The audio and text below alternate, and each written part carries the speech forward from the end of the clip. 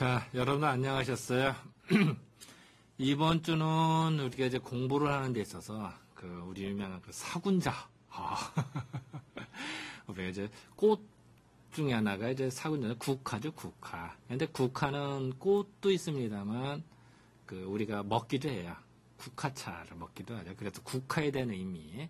또 우리가 뭐 꽃 선물하고 꽃다발 주고 할 때 그걸 아는 것도 좀 중요할 것 같아서 오늘은 국화에 대한 설명합니다. 참고적으로 말씀드리면은 이거 논문은 중국에서 발표한 논문이에요. 그러다 보니까 중국 사람들한테 내가 설명을 하다 보니까 원문 그대로 넣었어요. 그러다 보니까 한글이 없어요. 다 한자나 영어 뭐 이렇게 돼 있어요. 왜냐하면 중국인 상대로 했으면 이런 말씀을 드리는 이유는 국제무대에서 우리가 통한다. 그리고 초청을 받아요. 외람되지만 이 논문 발표하러요. 저 초청받아서 갔어요. 초청받은 건 무슨 의미냐면요. 중국에서 비행기표 다 주고요. 숙박비 다 내주고요. 숙소 다 잡아주고요. 내가 발표하고 나면 또 금일봉을 줘요. 보통 교수로서 이런 초청 논문, 국제 간에 초청 논문을 받아서 간다는 거는요. 대단한 영광이에요, 영광. 그리고 그게 자주 있지 않아요.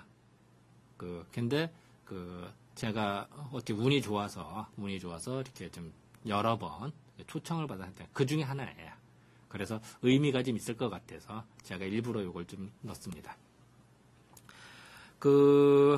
참고적으로 얘기하면은 참, 그래요. 우리는 그냥 피상적하게 참 쉬워요. 근데 그게 아니라 깊이 알아야 되는 그런 것 때문에 했습니다. 하고 좀 봅시다. 뭐 국화에 대한 품성 뭐 소개글이니까 하고요.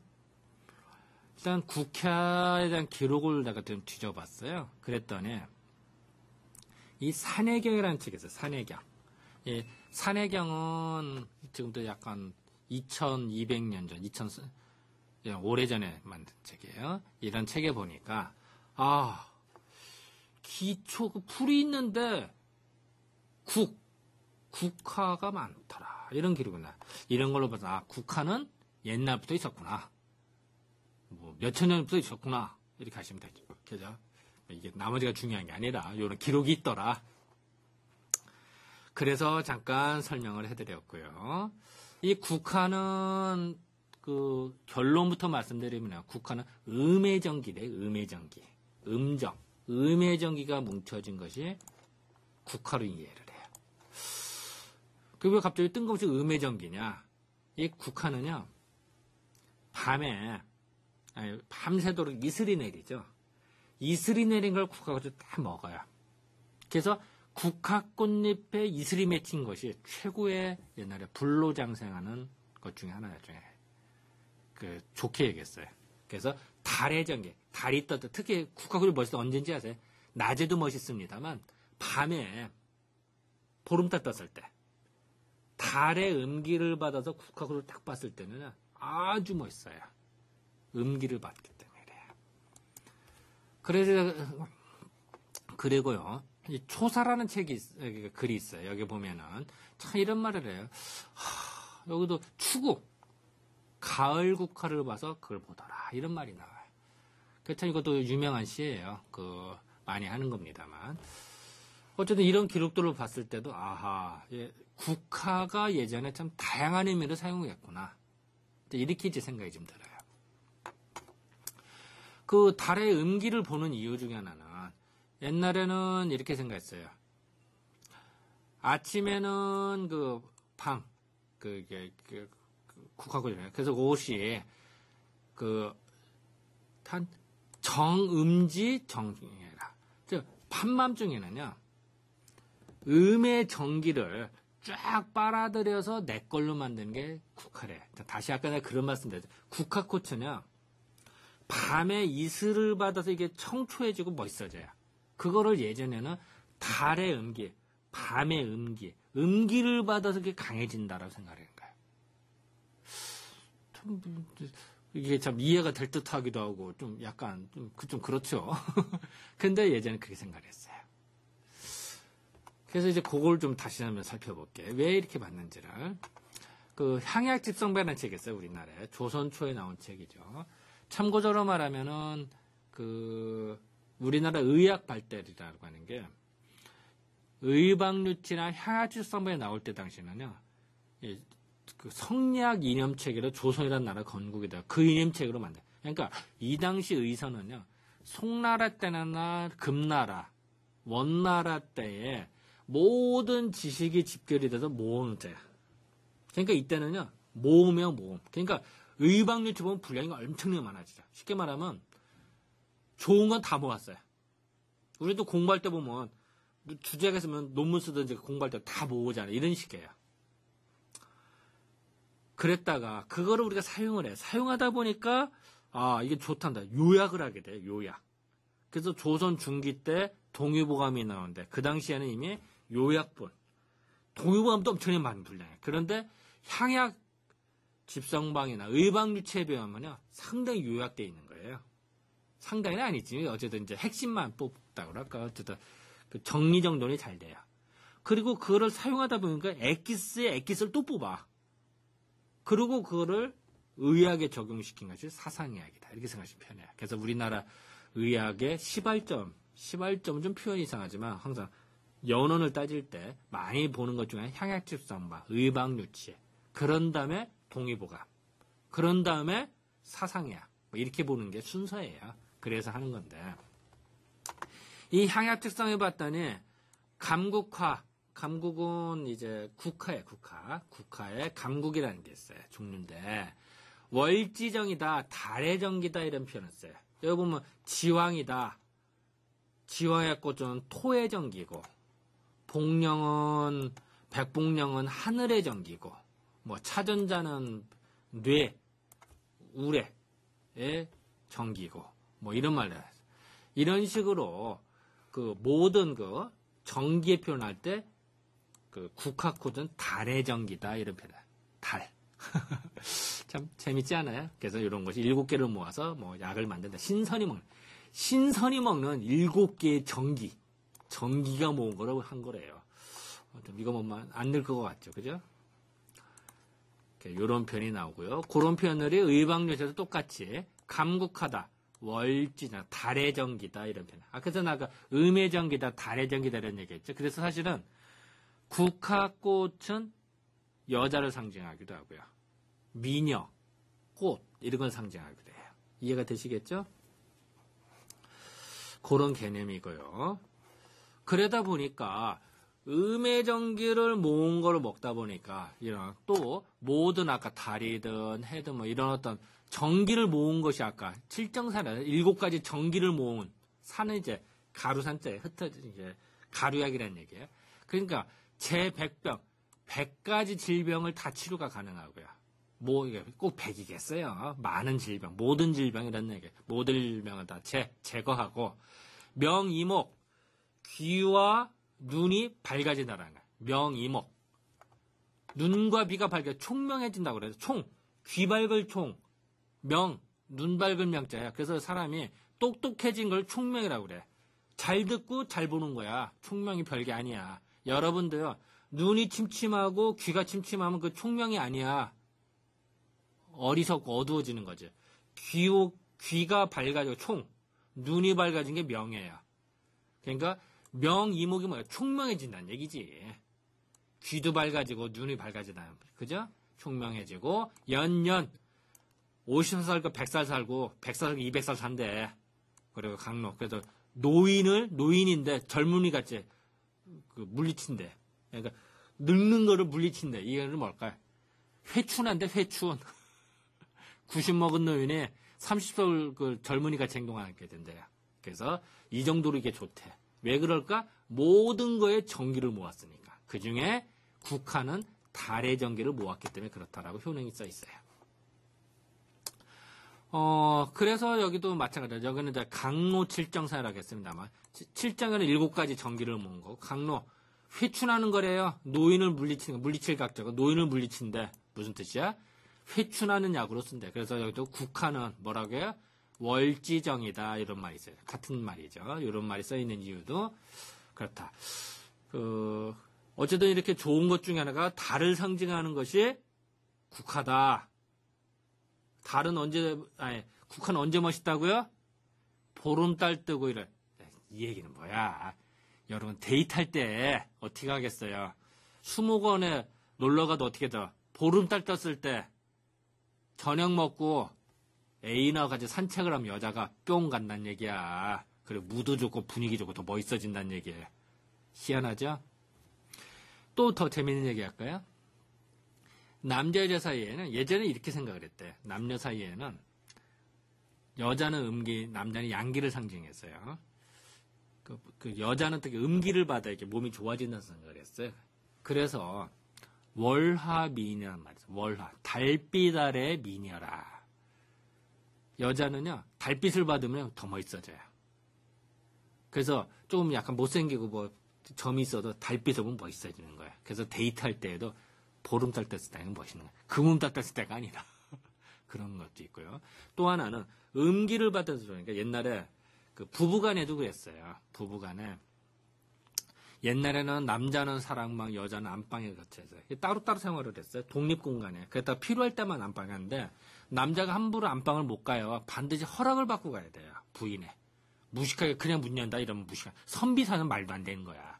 항상 부인의 허락을 받고 들어가야 되는데 안방 가서 자고 싶단 말이에요. 그럼 어떻게 하냐면 오늘 밤에 보름달이 뜨겠냐고. 그럼 이제 하인을 시켜서 물어봐요. 그러면은 오늘 밤에 보름달이 뜨겠습니다 하면은 안방 갈 수가 있는 거예요. 은어. 근데 오늘 보름달이 안 뜨고 달이 안 뜰 것 같다. 그럼 못 가는 거예요. 그게 은어가 쉽게 말하면 나는 너하고 같이 자고 싶다라는 의미인데. 그러니까 옛날에 젊은 처녀가 시집장간 처녀가 보름달을 보면 야 달이 멋있다 이렇게 얘기하잖아요. 그러면 옛날 어른들은요 한마디 해요. 아이고 시집장간 처녀 흉측맞게 그런 말 한다고. 무슨 뜻이겠어요? 그 젊은 처녀는 진짜 보름달 보고 멋있다고 한 거야 진짜로. 그런데 노인들이나 옛날 생각은 뭐야? 보름달이 멋있다. 이건 은어. 나는 섹스하고 싶다라는 은어인 거예요. 그러면 쉽게 말해서 처녀가 나 섹스하고 싶다 이렇게 말하면 어른들이 뭐라고 생각해? 아이고 어떻게 그런 말을 하나 하겠죠. 그래서 이런 걸 말하는 문화를 좀 알아야 된다. 이런 말씀 드립니다. 그리고 또 반대로요. 여자가 음기를 받을 때는 훨씬 섹시해져요. 진짜로. 멋있어요. 그래서 옛날에 보면요. 궁녀들이 어떻게 하냐면 보름달이 떴을 때 음기를 받아 호흡을 해요. 음기를 받도록. 복식호흡에 음기를 받으면 훨씬 얼굴이 이뻐지고 멋있어져요. 왜 그렇다면 나한테 묻지 마세요. 정말 그러니까. 그리고 그런 기록들이 많아요. 그래서 예전에 아기를 낳는다든지 이럴 때 보름달이 들 때 소원 빌면서 복식호흡 달의 음기를 빨아들이려고 그랬어요. 예전에. 그런 기록들이 나오는 게 다 그런 거다. 그게 다 이제 섹시해지고 더 멋있어지는.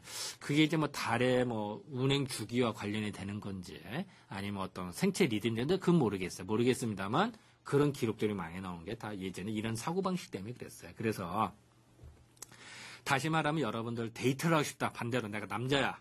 여자를 꼬시고 싶다. 애인을. 그러면은 보름달이 떴을 때 그때 국화꽃이 핀대. 이런 데를 다 데이트를 해보세요. 그러면은 여자가 훨씬 더 멋있어 보이고 더 섹시해지고 멋있어져요. 좋아요. 그리고 여자도 되게 그 감성적으로 변할 수가 있어요. 그러니까 토막상식으로 알고 있자. 그럼 반대로 국화꽃을 누가 누구한테 선물해 줘야 될 거예요. 남자가 여자한테 주는 건 좋은데 여자가 남자한테 국화꽃 선물은 뭘까요? 음기의 상징이니까 나는 너하고 같이 자고 싶다라는 말이 내포되어 있는 거예요. 함부로 주는 거 아니에요. 아셨죠? 남자는 프로포즈 하느라고 자꾸 줄 수는 있습니다만 여자가 남자한테 국화꽃 주지를 않아요. 정인 그러니까 이렇게 애인 관계든 정혼자이지 않는 한 함부로 주는 거 아니다. 모르는 사람도 함부로 주는 거 아니에요. 아셨죠?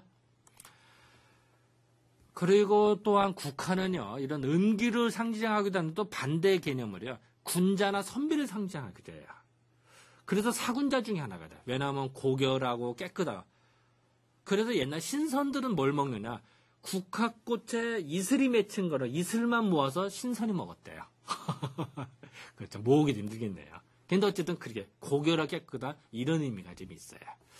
왜 이런 생각을 하게 됐는지 좀 살펴보도록 할게요. 율곡 선생님이 있죠. 우리나라 집회에 나오시는 분. 10,000원짜리 집회인가요? 어쨌든 집회에 나오신 분이고, 또 율곡 선생 어머니 신사임당도 집회에 나오죠. 참 유명한 분이시죠. 이런 분들이 있는데, 그래서 이제, 율곡 선생도 이제 그런 말씀을 하셨습니다만, 이 도연명, 유명한 시인이에요. 도연명이라는 사람이 이런 시를 써요. 참 이런 걸 하면, 도연명이라는 사람이, 채국 동리하, 유연 견남산이다. 이런 말을 썼어요. 그래서 참 이게 뭐, 갑자기 또 이게 뜬금없이 무슨 소리냐.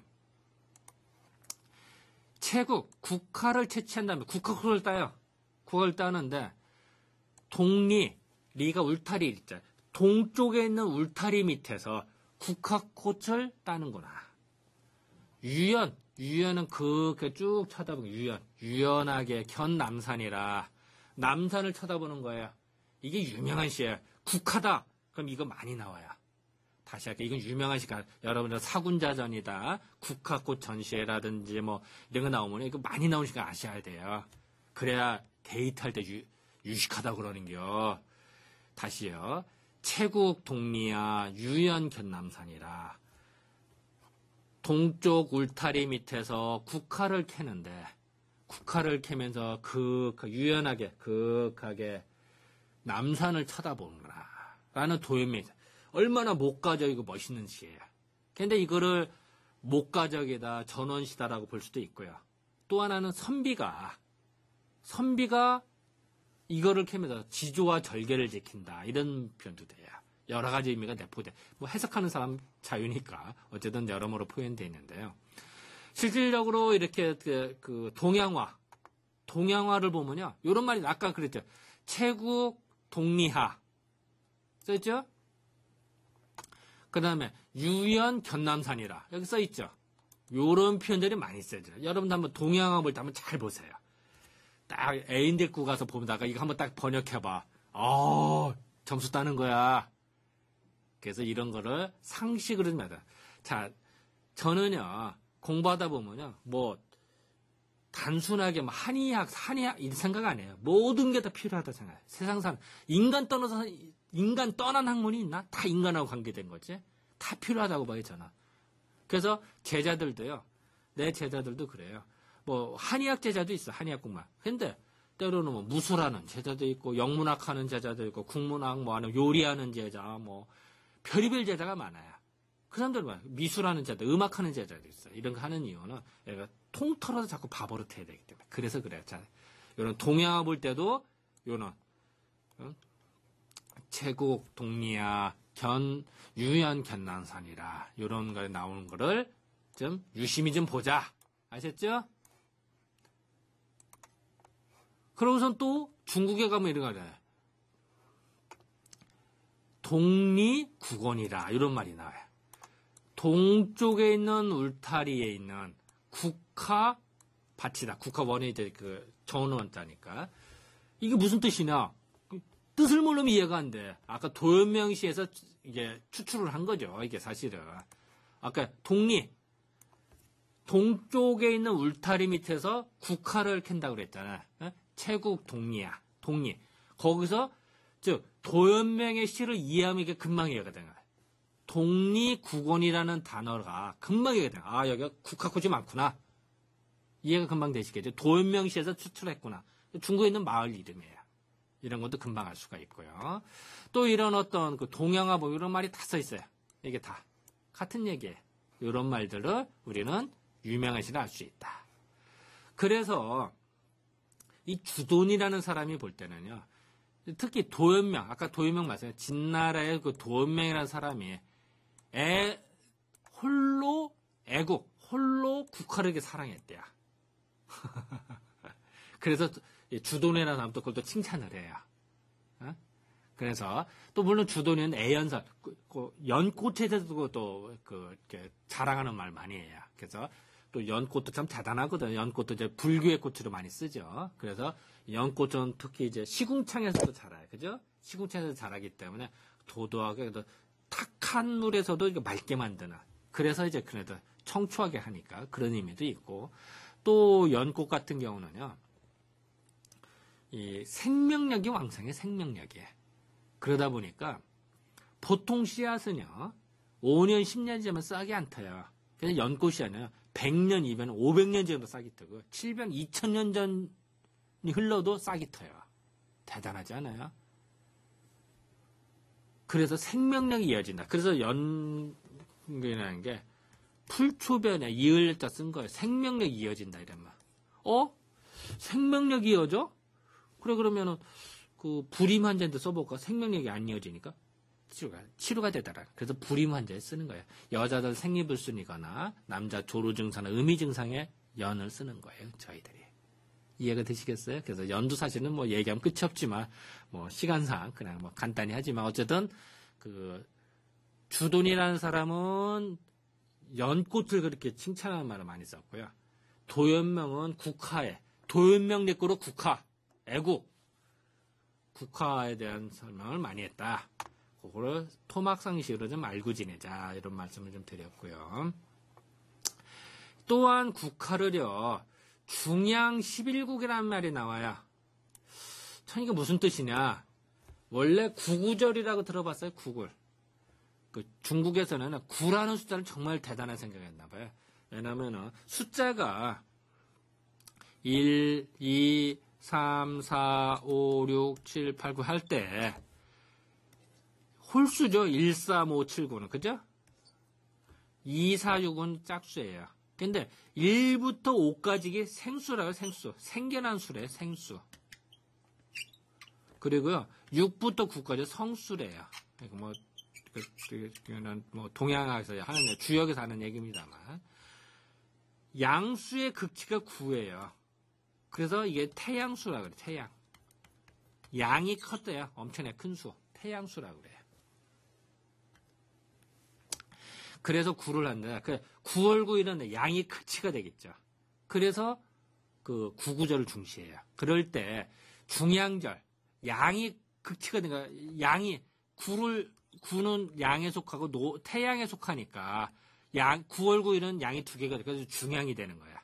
근데 중양 11국이래. 9일 이후에도 폈대. 그래서 11국이라고 그래요. 그래서 유명한 중양 11국이라는 표현이 나와요. 그래서 9월 9일 동안만 딱 피는 게 아니라 그 이후에도 여향, 나머지 향이 은은하게 계속 의연하게 버티더라. 은은하게 계속 나더라. 이런 유명한 시예요. 그래서 11지국이라고 그래요. 11지국. 그래서 이런 유명한 시니까 그냥 토막상식으로 알아두자. 이런 의미를 생각하시면 될 것 같습니다. 그래서 아까도 얘기 나왔으면 이제 국화를 또한 태양으로도 여겨요. 태양. 아까 선비로도 여기기도 했습니다만. 이게 이렇게 보면은 국화를요. 이렇게 보면 위에서 봐봐요. 태양이 확 빛나는 것 같아요. 그죠? 그래서 일본에서 이게 소위 말해서 그 대동아전쟁 때 이런 우길승천이 막 그래서 이게 지탄받는 것 중 하나입니다만 일본에서는 이 국화가요. 일본의 나라를 상징하는 국화를 써요. 그리고 일본의 황실을 상징하는 걸로 국화를 써요. 그 이유 중에 하나는 국화가 쫙 핀 위에서 보면은 해가 밝게 빛나는 것 같아. 이런 느낌이 들기 때문에 이해가 되시겠죠? 그래서 일본 황실에 가면 이렇게 돼. 그래서 내가 일부러 우리나라가 1등하고 일본이 2등 그래서 일부러 사진등을 넣습니다만 이거 제가 좀 사실은 일본이 잘 되면 우리나라 정서상 조금 배가 아픈 게 좀 있어서 제가 일부러 넣습니다만 어쨌든 일본 국기는 뭘 상징하는 거냐? 국화를 상징하는 거다. 일본 황실의 모든 문양들은 국화를 상징하는 거야. 이해가 되시겠죠? 일본 돈 있죠? 일본 엔화. 그 동전에도 보면 국화를 의미하는 게 많아요. 그거를 상징적으로 여기시면 될 것 같습니다. 여기는 안 넣습니다. 국화, 일본 돈이나 국화의 일본 황실의 문양이 다 국화에서 문양이 나온 거예요. 그리고 이제 예전에 보면요. 가을에 제사를 지내는데 국화로 지내더라. 예. 옛날엔 제사를 지냈대요. 국화꽃을 올렸어요. 지금은 요새는 헌다 이런 얘기하죠. 국화꽃을 올린 게 예전에 방법 중에 하나였다. 예전에 기록이 나오는 거예요. 지금은 이렇게 많이 사라졌습니다. 예전 기록에 나와요. 그래서 이제 초사라는 기록을 보면요. 봄에는 그 난 있죠, 난으로 올리고요. 가을에는 국화를 올리는 거예요. 자, 국화가 가을에 피잖아. 안 그래요? 국화. 그리고 나는 언제 펴요? 봄에 피는 거야. 그래서 봄에는 난꽃을 올리고요. 가을에는 국화를 올렸다. 이런 표현이 좀 나와요. 그래서 뭐 그런 것들을 뭐 이런 시가 있다. 뭐 그리고 이런 어떤 옛날 풍속 대체 많이 사라졌다. 이렇게 생각하시면 되고요. 요새 이제 병문안을 갖는다든지 아니면 병문안보다는 이제 조이를 갖다 우리가 국화를 올리죠. 그죠? 왜 그렇게 할까요? 여러 가지 의미가 있어요. 이렇게 조이를 표현한다 이럴 때 국화를 사용하는 이유가요. 몇 가지만 있습니다만 아까 깨끗하고 고결하다 이라는 의미가 있고요. 또 하나는 국화꽃을로 뭐냐 공기를 맑게 해줘요. 쉽게 말해서 공기청정기라고 할까요? 공기정화제라고 생각을 해봅시다. 자, 사람이 사망을 했다.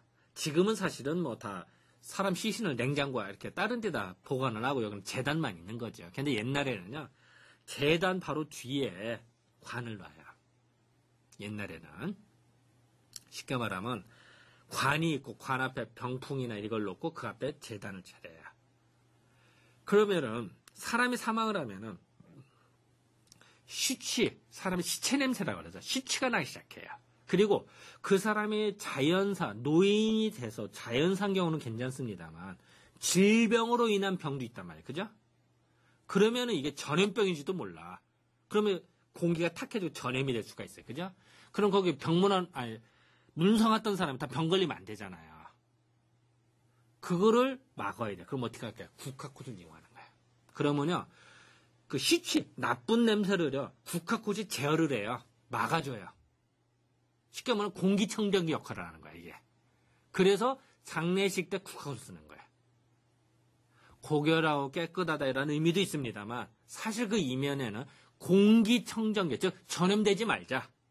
라는 의미가 내포되어 있단 말이에요. 이해가 되시겠어요? 그래서 이제 그걸 쓰는 거예요. 그래서 스님들이 국화차 먹는 거 아세요? 수험생들이 국화차 먹는 거 아세요? 왜냐면 정신을 맑게 해야 되니까. 스님들이 도로를 닦고 수험생들 공부하고 고시 준비를 하다 보면 얼마나 머리가 아프겠어. 그럴 때 국화차를 먹으면 머리가 맑아지는 거예요. 그래서 국화차를 이해가 되시겠죠? 또한 이제 이렇게 이제 국화차 이용이 되고요.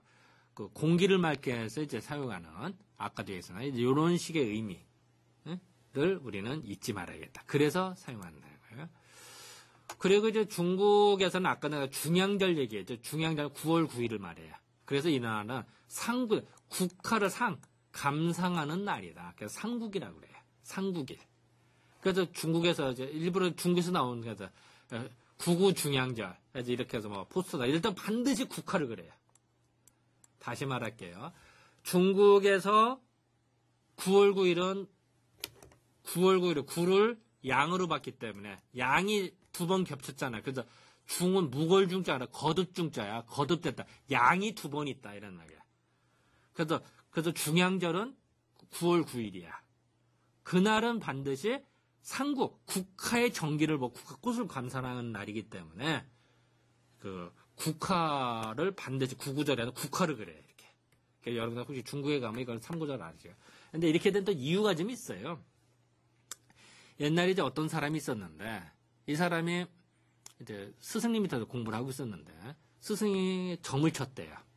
그랬더니 갑자기 이 사람 보고 네 고향에 가서 집에 가서 가솔도를 다 끌고 나가서 9월 9일 날 산에 올라가서 국화주를 먹어라 이랬어요. 그래서 이제 제자가 깜짝 놀라서 스승이 시키니까 그대로 이제 가솔도를 다 끌고 올라가서 9월 9일 날 동산에 올라가서 산에 올라가서 이제 국화주를 먹었다. 그때부터 이제 먹고선 집에 와봤더니 집이 완전히 쑥대밭이 된 거예요. 다 죽은 거예요. 거기 이제 동물들이 있는데 동물들은 다 죽었다는 거예요. 동물들가 끌고 안 돼. 소풍 가서 누가 동물 끌고 가겠어 옛날에. 그래서 액을 면했대. 그래서 그 연원에 대해서 9월 9일 중앙절날 액을 면하기 위해서 국화주를 먹고 국화를 감사하고 국화차를 먹은 거예요. 이해가 되시겠죠? 그래서 국화의 정기를 이용해서 나쁜 기를 물리친다라는 개념이 이때 생겼어요. 그래서 이렇게 옛날 풍속화도 보면은 이렇게 해서 국화를 넣고 국화를 감상도 하면서 또 어떻게 해요? 또 국화를 가지고 이렇게 전도 부쳐 먹고요. 우리는요 국화꽃잎도 먹고요. 국화꽃잎 갖고 이렇게 좀 이렇게 전도 지져 먹기도 해요. 참 우리가 이제 이럴 때 또 국화주에다가 국화전에다 이렇게 먹죠. 정말 대단해요. 우리가 풍채가 이제 국화를 바라보면서 국화주에다가 국화전을 먹는다. 어떨까요? 침이 좀 넘어갔지 않아요? 멋있지 않아요? 우리는 운치가 있었던 나라예요. 그래서 중국도 그렇습니다. 우리도 마찬가지로 이런 걸 즐겼다. 그래서 풍속화를 보면은 풍속화 이런 걸 동양화를 봤을 때 국화꽃잎이 있으면 이런 거를 의미를 한다라고 알아두시면 편합니다. 그래서 이런 국화차를 먹던 국화주를 먹던 이거 국화주거든요. 이렇게 먹은 거예요. 다 액땜을 몸과 마음을 정결하게 한다. 이해가 되시겠죠? 그런 의미에 우리는 국화를 먹었다. 그래서 아까도 그런 스님이나 수험생도 먹었다. 또 한편으로는 이렇게 생각해도 돼요. 여러분들 잠이 안 오잖아요. 잠이 안 오면은 그때 쓰는 것 중에 국화를 이용해요. 잠이 안 오는 이유 중에 하나 여러 가지 있습니다. 잡념이 들어요. 그리고 공기가 탁하면 잠이 안 와요. 맑은 공기를 먹어야 머리가 맑아지거든요. 공기가 탁할 때 아까 뭐라 그러죠? 국화를 이용한다 그랬죠. 그래서 국화꽃잎을 놓는 거야. 머리맡에다가. 또 아니면 국화 화분을 놓는다. 그러면 공기가 정화가 돼요. 그러면요 잠을 푹 자게 돼요. 천연 수면제 역할을 해요. 그래서 불면증에 국화를 이용해요. 국화차를 먹게 하든 자는 방에다 국화꽃을 놓게 해요. 또 심지어는요 국화꽃잎으로 베개를 만들어요. 베개. 국침이라요. 국자. 국화국자에서 베개침자. 국침을 만들었으면요 저절로 향기가 나겠죠. 그래서 불면증에 국화를 쓰는 거예요. 이해가 그 되게 고급이에요, 사실은. 그런 거다. 그래서 아까 내가 그런 얘기했죠. 어떤 선비가 있는데 가르쳐줘서 재앙이 있으나 그래서 높은 데도 국화주를 먹었더니 화가 미치지 않았다. 다 피했다. 이런 어떤 고사 이야기가 다 써 있어요. 아까 내가 그냥 한 얘기가 아니라 이걸 다 번역해서 한 얘기예요. 근데 이걸 여러분도 번역하라는 뜻이 아니라 이런 얘기가 있다. 이렇게 아시면 됩니다. 같은 예는 백국집보라는 책이 있는데 여기도 마찬가지로 등고 높은 곳에 올라가서 9월 9일 날 너희 집에 재앙이 닥칠 거니까 빨리 가서 해라. 그래서 이날 높은 곳에 올라가 국화주를 먹어라. 그랬더니 환에 가소라. 재앙화자니까 재앙이다 없어지더라. 그래서 액땜하고 액매기하고 이럴 때 국화주를 먹어요. 그래서 9월 9일 날 국화주를 먹는 게 당연한 풍속이더라. 여러분 만에 중국인 만나서 사귄다. 9월 9일 날 국화주 선물하면 무지하게 고마워하겠죠. 또 같이 먹으면 더 좋겠죠. 이런 거를 이제 우리 사상에서 어떻게 봤을까? 국화에 대해서. 그래서 이 사상의학 입장에서 살펴보면요. 물론 사상의학에서는 이렇게 동일수업원 이런 책이 있고요. 영어로 낸 책에 이런 책도 있습니다만 사상의학에서는 국화를 태음인의 약으로 봤어요. 왜냐면은 뭉친 거를 풀어주고 공기를 맑게. 태음인은요, 공기가 맑게 최고예요. 태음인은요, 오랜만에 집에 오죠? 그러면, 답답해. 창문부터 열어요. 겨울에도요, 방바닥은 따끈따끈해요. 공기는 창문 약간 번글어서 신선한 공기 들어오길 바래요. 그런데 소음인은요, 공기가 훈훈해야 돼. 공기가 차가우면 감기 걸려. 웃기죠? 그래서 태음인은 공기가 맑으면 머리가 맑아져요. 태음인의 불면증에 국화를 사용해요. 이해가 되시겠죠? 그리고 국화는 전기가 있는 거다. 달의 전기가 있고 아까 태양과 같은 상징도 있어서 뭔가 확 뻗치는 기운. 그래서 호산지기의 기운으로 봐요. 그래서 이 수세보원을 읽어보면 이런 말이 나와요. 청심연자탕을 써라 이런 말이에요. 청심연자탕은 어떠나 청심연자탕이나 청심산야탕 이런 거 쓰는데 여기에 다 국화가 들어가요. 어느 때 쓰느냐? 복통과 하리는 없어. 즉 배도 아프고 설사하는 건 없는데 설건부러져. 입이 말려. 혓바닥이 말려서 말을 못한 사람. 중풍 걸린 사람. 중풍 걸린 사람은요. 이때 중풍은 기운이 탁해서 생긴 중풍이에요. 그럴 때 청심산야탕, 청심연자탕 여기에 국화가 들어간 처방이에요. 이걸 반드시 써야 되고요.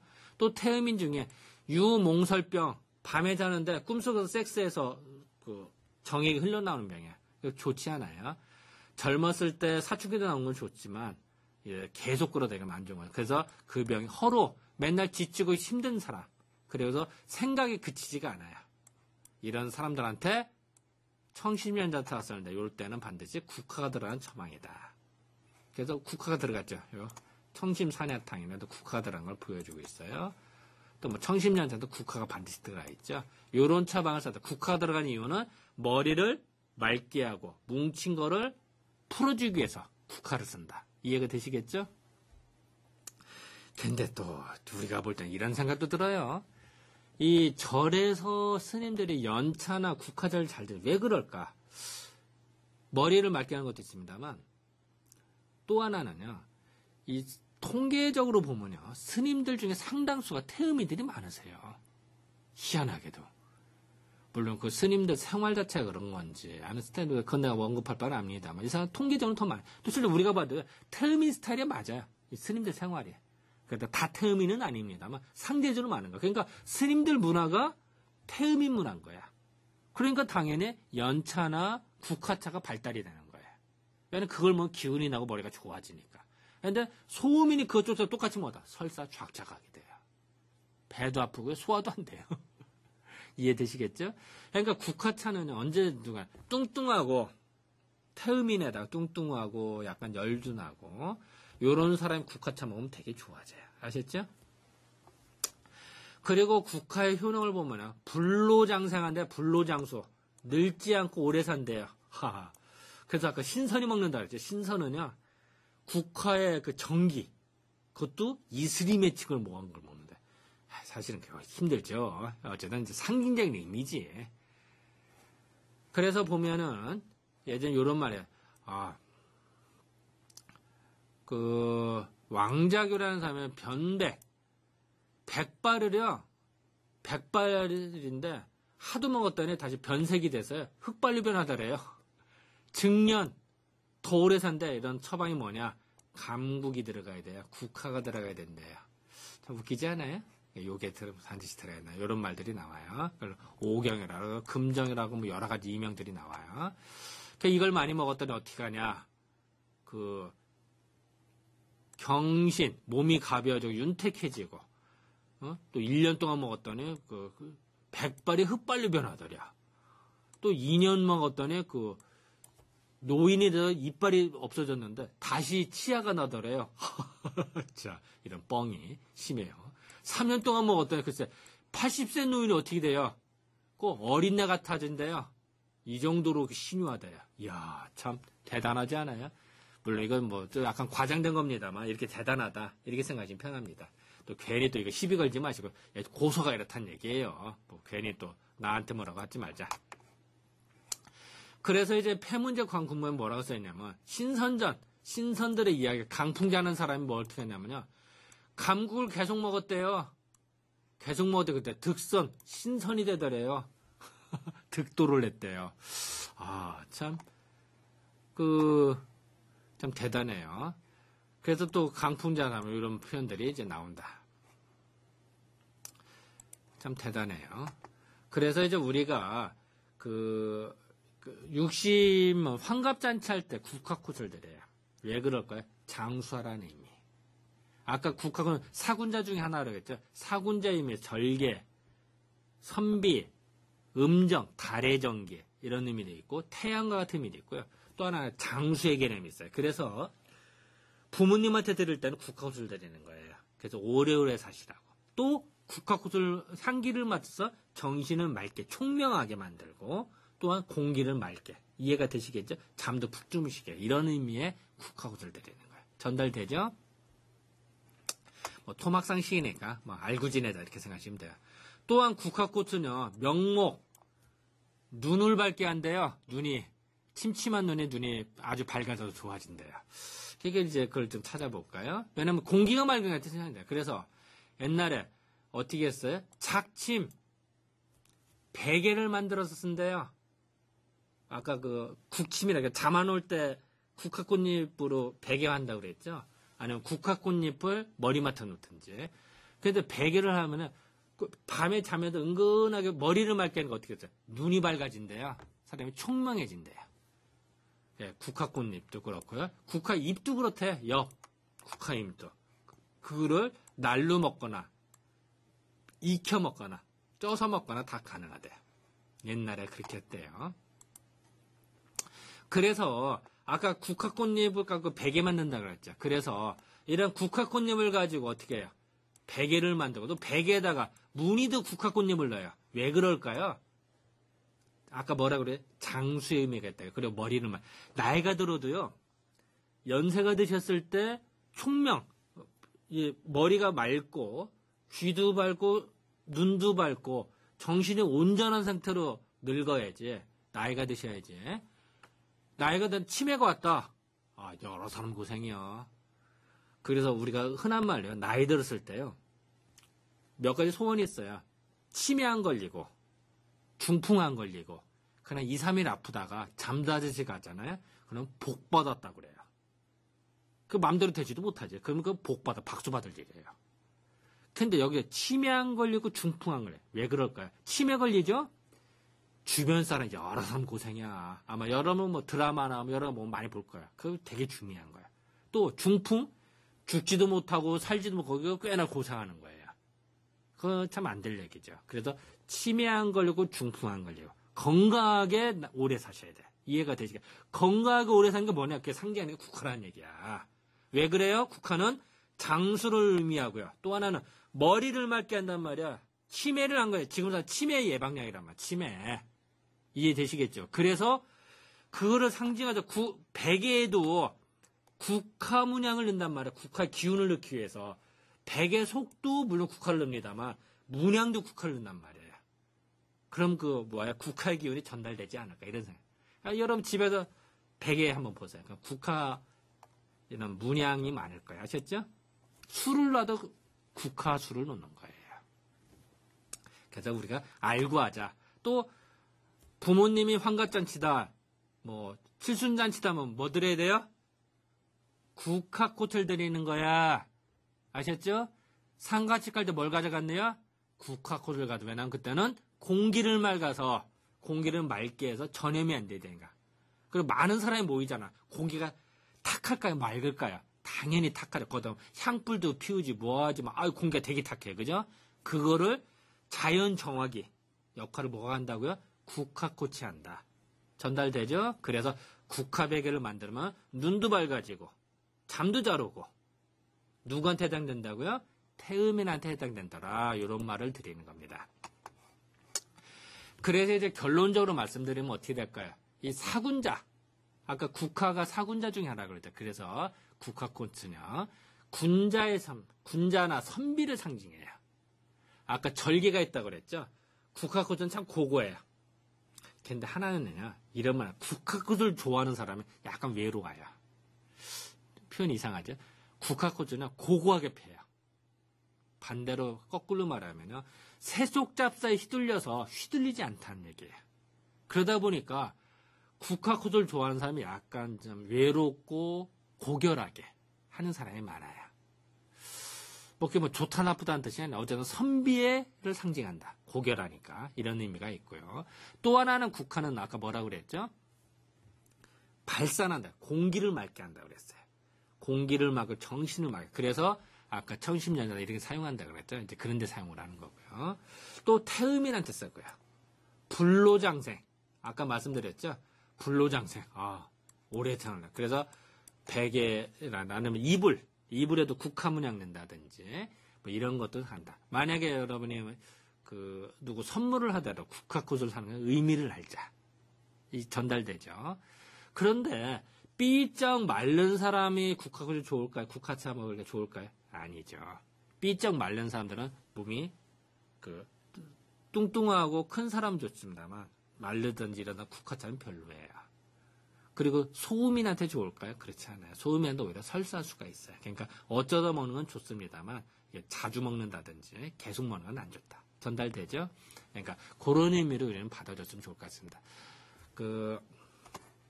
다음은 뭐가 있냐? 이게 이제 사실은 제가 수업 끝날 때마다 이런 사진인데, 내 제자들이에요. 제자들 사진인데, 그 제자들이 와서, 여기 학점 주는 제자가 아니고요. 그냥 한의 와서 출입하는 제자예요. 그러니까 제자 보면, 여기 있는 요 사람 제자는 벌써 10년이 넘죠. 13년 됐나? 출입하는 제자고요. 이렇게 몇 년씩 되는 제자들이 꽤 있어요. 그래서, 뭐 이렇게 배워서 출입하면서 이런 공부, 저런 공부 하는 건데요. 내가 이런 얘기 하는 이유는 이 세상이라고 하는 거는요. 내가 아까도 그런 말씀 드렸었죠. 제자 중에 반드시 한의학하는 제자도 있고 아닌 제자도 있고. 지금 여기 오른쪽에 있는 제자는 뭐 이름은 말하기는 그렇습니다만 이 사람은 역사과예요. 역사학과. 그 역사 공부한 국사학과 학생인데 출입을 해요. 그러니까 역사도 공부도 하고 그냥 나한테 배우는 거죠. 그러니까 이제 그런 거를 공부를 한다. 그래서 어쨌든 여러분들께서는 그 공부를 하면서 다양하게 해야 된다. 그리고 따로따로 놀지 말자. 전달되죠? 그렇게 하고 또한 어떤 수업이든지 우리는 감사하게 여겨야 돼요. 나는 나름대로 열심히 했어요. 하지만 여러분 어떻게 전달이 되는지는 몰라요. 그래서 여러분들께서는 내 과목뿐만이 아니라 어떤 과목이든 상관없어. 어떤 과목이든지 수업을 듣고서 고맙게 느껴야 돼요. 교수로서는 최선을 다해서 강의하네요. 최선을 다해서. 그런데 이 짧은 시간에 최선을 다해서 하는 거를 이해를 해서 고맙습니다라는 인사를 하세요. 나는 그 예의라고 봐요. 나는 그 당연하다고 봐요. 심지어는요, 나는 제자들 받아줄 때 옛날 식대로 그 부모님이 와서 인사하게 해요. 예를 갖춰서, 그것도 반드시 예를 갖춰서 나한테 태기를 해서 반드시 예를 갖춰서 예물을 갖춰서 난 인사하게 해요. 그게 우리 전통이에요. 스승이 부모가 자식은 낳습니다만 인간을 인간답게 만드는 사람은 누구나 스승이 하는 거예요. 그래서 옛날 전통으로는요. 부모님이 와서 인사를 하게 돼요. 그리고 나도 그렇죠. 내가 제자들이라고 합니다만 제자들을 청소도 시키고 내 가방도 쫓아가고 시봉 들게도 해요. 일도 시키고 그래. 집에 가면 다 귀한 자식이에요. 그죠? 그 귀한 자식들을 내 한의원에서 내 올 때는 내 가방도 쫓아오게. 그건 나이는 상관없어요. 학문의 세계에서는 나이는 상관없어요. 육체진단 뭐가 중요해? 심지어는요. 나보다 나이 많은 제자가 있어요. 제자 중에. 나보다도 나이가 더 많아. 쉽게 말하면 내 제자인데 그 자식이 나이가 25, 30이야. 나보다도 훨씬 많아. 그 부모 나이가. 근데 그 나보다도 더 많은 제자가 선생님하고 와요. 왜 그럴까요? 학문에는 나이, 그러니까 율곡하고 퇴계가 어떻게 해? 나이 차가 몇십 년 차이가 나요. 그런데 어떻게 해요? 율곡은 청년이고 아주 젊은 나이고 퇴계가 나이 많았으면 허교, 친구로 삼아요. 친구는 얌마저 많은 건 아니죠. 다 존대하죠. 하지만 친구로 삼아서 허교를 하죠. 학문의 세계는 그런 거예요. 그래서 이제 이런 공부를 할 때 그 부모가 와서 당연히 인사를 하게 되고요. 하는 거예요. 그래서 나는 이제 그럴 때 나는 당연히 또 나는 그 집에서 귀한 딸 아들이잖아요. 그럴 사람을 부모 허락을 받고 시켜야지. 어떻게 감히 시키겠어 내가. 네, 이런 의미도 있고요. 또 부모가 나한테 인사하는 의미도 있고요. 근데 지금 그게 다 많이 사라졌죠. 그때 여러분들 뭐 부모님 모시고 가라 이런 뜻이 아니라 어떤 과목이든지 어떤 스승님들 간에 인사를 하세요. 그 대면 수업이면 수업 잘 들었습니다 인사를 하는 거고요. 또 뭐 이런 인터넷 수업이다 이러면요. 인터넷 간단 글 남겨도 되죠. 그래서 이 수업 정말 감사합니다. 고맙습니다. 이렇게 하세요. 그래서 하는 얘기인데 내 수업을 듣고 반드시 쓰세요. 나는 그런 사람의 성실도로 측정할 거예요. 다시 말씀드릴게요. 여러분들이 이 수업을 잘 듣는지 안 듣는지 잘 몰라요. 인터넷으로 켜놓고 안 듣는 사람도 많아. 그걸 나는 척도를 여길 거예요. 어떻게 하느냐. 이 수업을 끝난 학기 말에 교수님 수업 잘 들었습니다. 감사합니다. 글을 쓰면은 이 사람 성실한 내 수업 잘 들었구나 평가를 할 것이고요.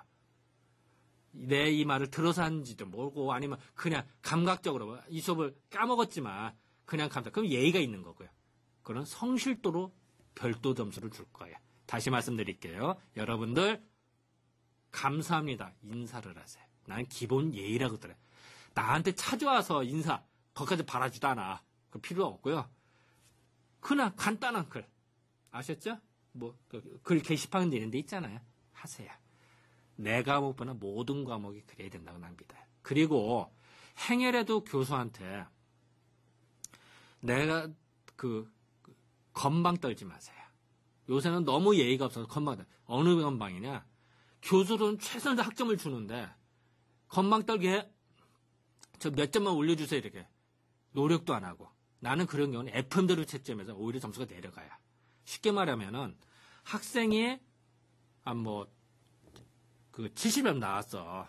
원래 점수는. 그럼 나는 올려줘서 88점을 줘. 예를 들어서. 그러면은 꼭 2점만 올려줘. 이런 애들이 있어요. 그럼 그래? 너 원래 70점 맞았는데 나는 생각해서 88점을 올려줬는데 껍죽거리고 마치 점수 흥정하듯이 이렇게 올려주세요. 아주 웃긴 경우는 남자도 남자로서 2점 올려줘 이렇게 하네. 얼마나 웃긴 얘기야. 그럼 그래? 너 원래 받은 70점 줘. 그래도 70점으로 줘요. 그건 원래 받은 점수니까. 그래서 다시 말씀드릴게요. 건방 떨지 마세요. 그리고 고마움을 느끼세요. 내 과목보다 모든 과목 교수님이 마찬가지예요. 그건 기본 예의다. 나는 그런 입장이기 때문에 지금도 10년, 15년 출입한 제자들이 여러 명이 있고요. 또 그렇게 지금도 가르치고 매주 공부를 하고 있어요. 지금도. 그러니까 이거를 명심해 주길 바랍니다. 자, 어쨌든 여러분들 수고 많이 하셨습니다. 또 아까 뭐라 그랬죠? 게시판에 글 올리는 거 잊지 마세요. 아셨죠? 그걸로 성실도청 측정을 할 겁니다. 네, 감사합니다.